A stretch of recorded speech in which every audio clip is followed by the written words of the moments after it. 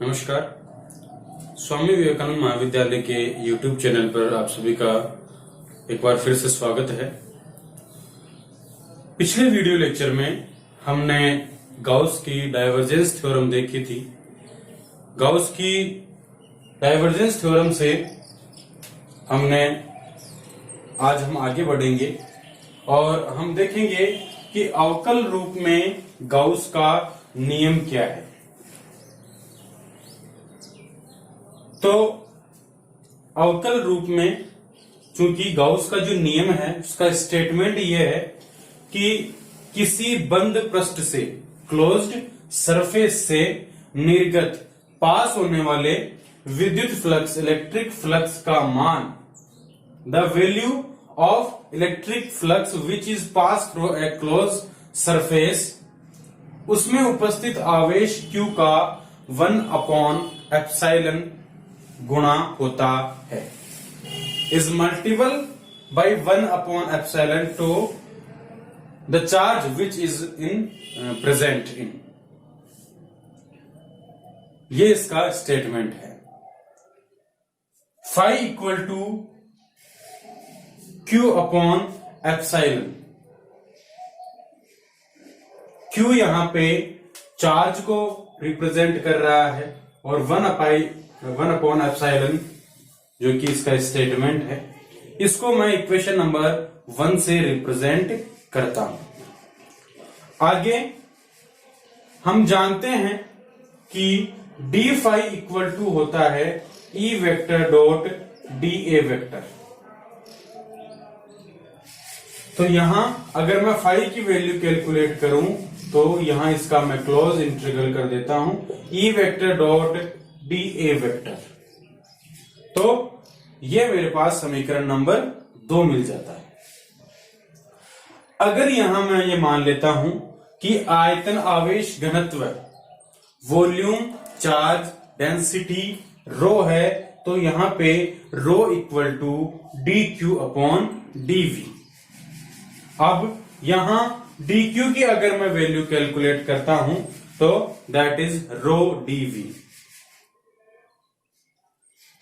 अब आयतन में कुल आवेश की अगर मैं बात करता हूं, टोटल चार्ज की मैं बात करूं तो वो हमारे पास Q, और चूंकि यहां dQ था और हमें हॉल अगर किसी भी परिबद्ध क्षेत्रफल का अगर हम संपूर्ण की बात करते हैं तो हम उस अवकलन को समाकलन में परिवर्तित कर देते हैं। मैं यहां इसका समाकलन करता हूं तो Q की वैल्यू आयतन समाकलन रो dV। ये यहां राउंड है, इसका मतलब किसी परिबद्ध क्षेत्रफल की क्लोज्ड सरफेस की यहां पे बात हम कर रहे हैं। अब ये जो वैल्यू है Q की वैल्यू, ये अगर मैं इक्वेशन नंबर 1 में पुट करता हूं तो यहां पे 1/एप्सिलॉन अलग, और क्योंकि close integral V rho dV मैंने यहां पे ये वैल्यू पुट कर दी यहां से। अब इसको मैं इक्वेशन नंबर 3 से रिप्रेजेंट कर रहा हूं। अब इक्वेशन नंबर 2 और 3 से अगर मैं बात करूं, इक्वेशन नंबर 2 दोनों इक्वेशन फाई के इक्वल है। सो ये वैल्यू और ये वैल्यू दोनों एक दूसरे के इक्वल होगी। तो यहां पे close integral surface E vector dot dA vector equal to 1/एप्सिलॉन close integral V rho dV। ये मेरा इक्वेशन नंबर 4 है। इक्वेशन नंबर जो 4 है, इस इक्वेशन नंबर 4 को समाकलन रूप में गाउस का नियम कहते हैं। इक्वेशन नंबर 4 समाकलन रूप में गाउस का नियम है, Gauss law in integral form. ठीक है। अब यहां से by the Gauss divergence theorem, Gauss की डाइवर्जेंस थ्योरम से हम ये जानते हैं कि close integral surface E vector dot dA vector होता है क्लोज, उसके आयतन समाकलन के बराबर होता है del vector dot E vector dot dV vector, जो कि हम पिछले वीडियो लेक्चर में देख चुके हैं। अब मैं इसका यूज करते हुए यहां पे वैल्यू लिखूंगा। तो यहां से अगर मैं देखूं कि समीकरण 5 है, समीकरण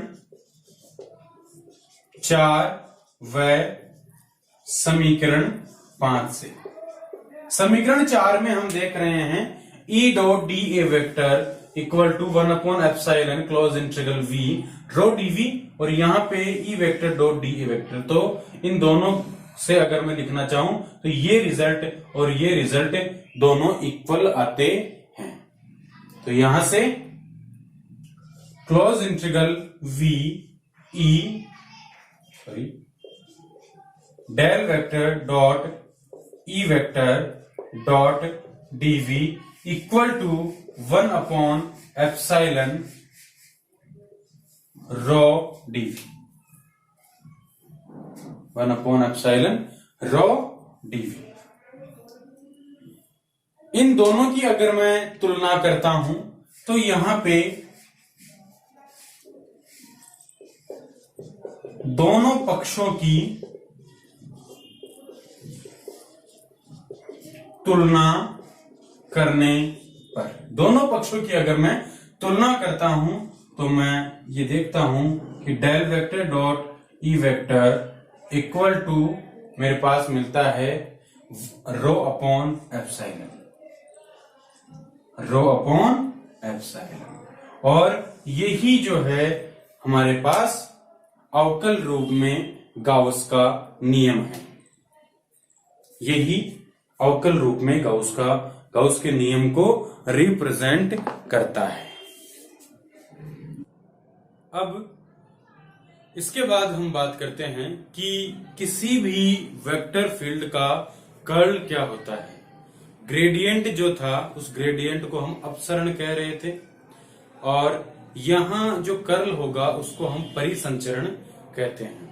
तो देखिए कि किसी सदिश क्षेत्र के बिंदु को परिबद्ध करने वाले, कोई हमारे पास सदिश क्षेत्र है, मान लिया ए वेक्टर है, उस ए वेक्टर में कोई पॉइंट है, उस पॉइंट को चारों तरफ से क्लोज करने वाले, एनक्लोज्ड करने वाले सरफेस वाले एकांक पृष्ठ क्षेत्रफल यूनिट सरफेस एरिया की सीमाओं के अनुदिश, उसकी बाउंड्रीज के अलोंग सदिश फलन के रेखा समाकलन को उस वेक्टर फंक्शन के लाइन इंटीग्रल के मैक्सिमम वैल्यू को सदिश क्षेत्र का कर्ल कहते हैं।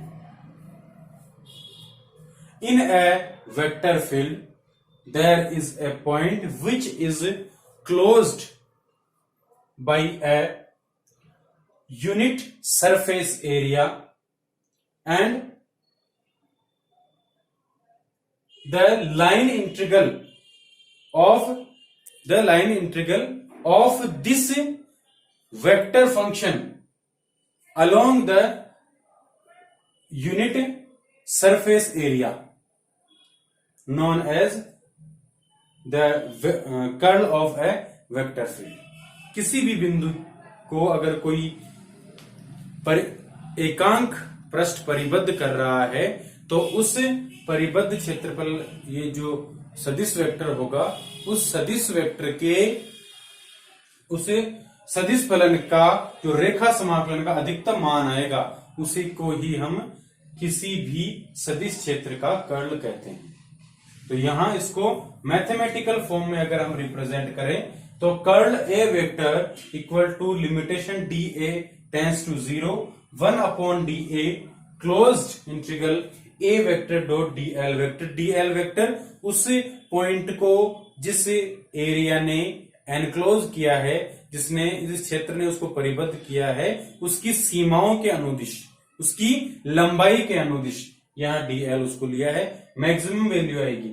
यहां अगर मैं मोड हटाता हूं इसका तो यहां एन कैप जो कि सदिश को फंक्शन को रिप्रेजेंट कर रहा है, यहाँ पे एकांक सदिश जिसको हम कहते हैं limitation D A vector tends to 0 1/dA close integral A vector dot DL vector maximum. It is the mathematical representation of the curl of a vector field. यहां से हमें लगभग 1.5 मार्क्स का ये क्वेश्चन पूछा जाता है। अब चूंकि हम ग्रेडियंट हमने कैलकुलेट किया था, तो ग्रेडियंट जब कैलकुलेट किया था तो हमने देखा था कि उसका फिजिकल सिग्निफिकेंस क्या होता है, क्या उसकी वैल्यूज होती हैं, क्या काम में आता है, ये हमने देखा था। वैसे ही जो सदिश क्षेत्र है, इस सदिश क्षेत्र का कर्ल भी हमारे लिए इंपॉर्टेंस रखता है। तो अब हमारे पास ये क्वेश्चन अराइज होता है कि सदिश क्षेत्र के कर्ल का भौतिक महत्व क्या है। What is the physical significance of the curl of a vector field. तो जो सदिश क्षेत्र का कर्ल है, ये वेक्टर फील्ड का जो कर्ल है, ये एक वेक्टर क्वांटिटी होती है, सदिश राशि होती है, और इसकी जो डायरेक्शन है, इसकी डायरेक्शन, इसका जो हमने अल्पांश लिया है उस अल्पांश के लंबवत होती है। जो हमने अल्पांश लिया है, किसी भी क्लोज सरफेस में हमने पॉइंट लिया है, माइनर लिया है, उस माइनर के परपेंडिकुलर होती है।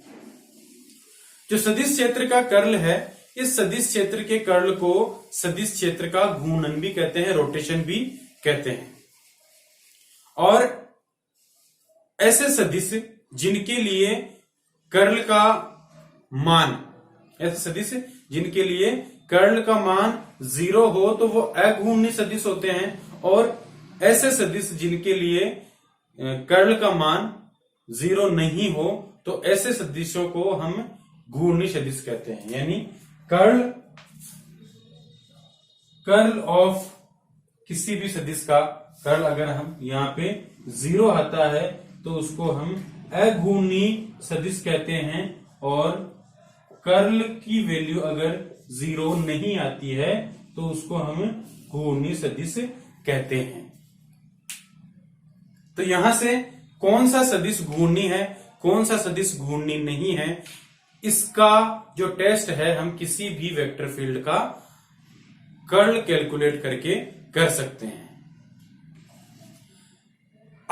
अब हम बात करते हैं कि कैसे हमें अघूर्णी और घूर्णी सदिश का पता चलेगा। तो हमारे पास ये मैथमेटिकल रिप्रेजेंटेशन यहां पे है, इसकी हेल्प से हम किसी भी वेक्टर फील्ड का कर्ल कैलकुलेट कर सकते हैं। क्यों? क्योंकि ये क्या है, ये एक लाइन इंटीग्रल है, और उस लाइन इंटीग्रल की मैक्सिमम वैल्यू, लाइन इंटीग्रल है उस पॉइंट को एनक्लोज करने वाली जो बाउंड्रीज है उनके अलोंग, तो ये इसका मैक्सिमम वैल्यू हमें कैलकुलेट कर लेना है, और वही हमारे लिए कर्ल की वैल्यू होगी। वो 0 आती है तो अघूर्णी सदिश, और अगर 0 नहीं आती है तो वो रोटेशनल वेक्टर वहां पे घूर्णी सदिश हो जाएगा।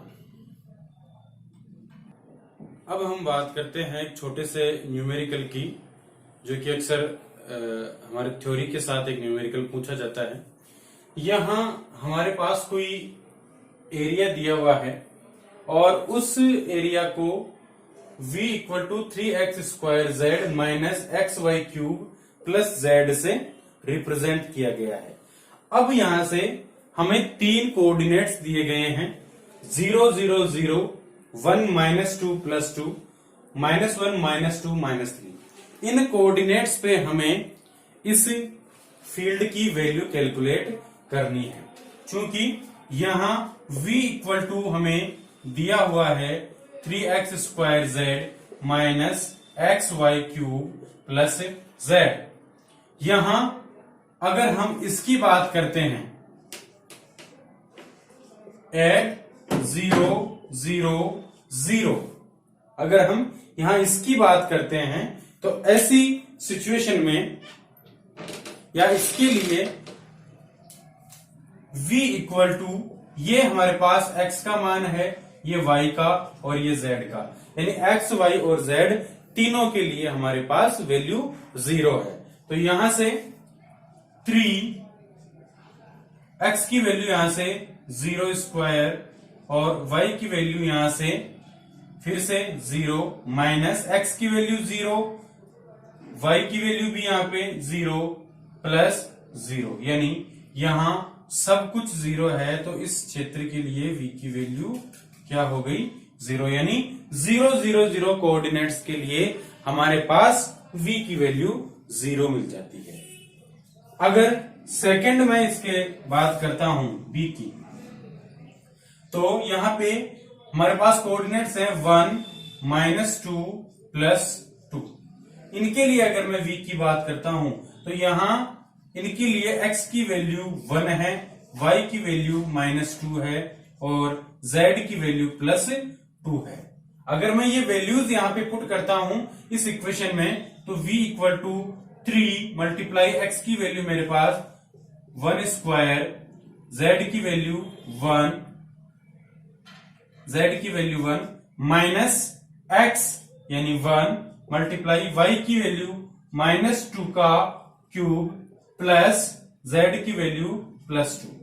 तो यहां अगर मैं देखूं तो ये मेरे पास 3 - 1 और यहां पे 2 का क्यूब अगर देखूं 8 मुझे मिलता है, लेकिन वो मिलता है माइनस में, -8, तो ये हो जाएगा माइनस माइनस प्लस 2, तो यहां इसकी वैल्यू मुझे मिलती है 13। यहां इसकी वैल्यू 1 सेकेंड मुझे मिलती है 13, सॉरी z की वैल्यू यहां पे 2 आएगी, तो ये 6 होगा और ये इसकी वैल्यू मुझे 16 मिलती है। यहां पे जो z की वैल्यू थी मेरे पास +2 थी, बाय मिस्टेक आई रिटन है 1। c मेरे पास यहां पे कोऑर्डिनेट्स हैं, x की वैल्यू -1, y की वैल्यू -2 एंड z की वैल्यू मेरे पास यहां पे -3 है। अब मैं यहां देखता हूं कि मैं जब ये वैल्यू प्लेस करता हूं v = 3 मल्टीप्लाई x की वैल्यू -1 का स्क्वायर मल्टीप्लाई z की वैल्यू -3 माइनस x की वैल्यू -1, y की वैल्यू -2 का होल क्यूब माइनस और z की प्लस z की वैल्यू यहाँ पे -3। मैं इसको जब सोल्व करता हूं तो ये यहाँ पे ये +1 और ये -3 -9, यहां पे ये मुझे मिलेगा ये -8, माइनस प्लस और ये वापस से -8 और ये यहां पे -3 यानी -20। इस तीसरे कोऑर्डिनेट के लिए मेरे पास जो वैल्यू है v की वो -20 मुझे मिल जाती है। इस प्रकार एक छोटा सा न्यूमेरिकल मेरे पास 1.5 नंबर का आता है और इसको हम ऐसे सोल्व कर सकते हैं। सबसे इजीएस्ट न्यूमेरिकल है, हमें इसमें x, y और z की वैल्यू फाइंड करनी है और ये वैल्यू इसमें पुट करके हमें आंसर कैलकुलेट करने हैं। अब डाइवर्जेंस जो था उसके रिगार्डिंग कैसे क्वेश्चन आते हैं और इस यूनिट को आगे बढ़ाएंगे। कार्टेशियन कोऑर्डिनेट्स में कर्ल की वैल्यू क्या होती है वो हम कैलकुलेट करेंगे। इसके लिए हम नेक्स्ट वीडियो लेक्चर में बात करेंगे। Okay, thank you.